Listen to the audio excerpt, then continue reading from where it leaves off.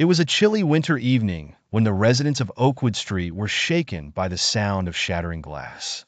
The local convenience store, owned by the kindly Mr. Patel, had been robbed.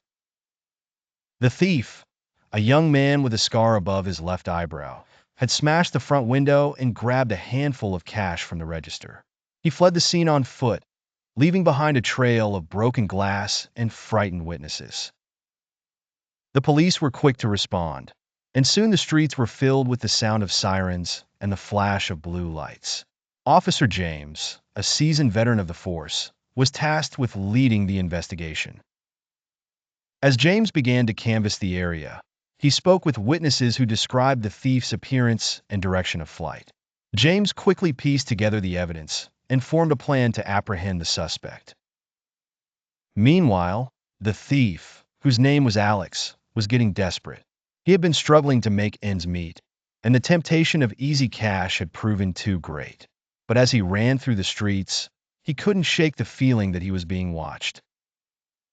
James and his team were closing in on Alex, following a trail of clues that led them from the convenience store to a nearby alleyway. As they turned a corner, they spotted Alex attempting to hide behind a dumpster. "Police! Freeze!" James shouted, his gun drawn. Alex slowly emerged from his hiding spot, his hands raised in surrender. James and his team moved in to apprehend him, cuffing his wrists and reading him his rights. As they led Alex away, James couldn't help but feel a sense of satisfaction. Justice had been served, and the community could rest easy knowing that the perpetrator had been brought to account. The next day, Mr. Patel visited the police station to thank James and his team for their hard work.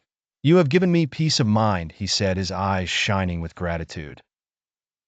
James smiled, knowing that it was all part of a day's work. But as he looked at Alex, who was being held in a cell awaiting trial, he couldn't help but feel a pang of sadness. It was a reminder that crime was often a symptom of deeper issues, and that sometimes the most difficult cases required more than just punishment. They required compassion and understanding.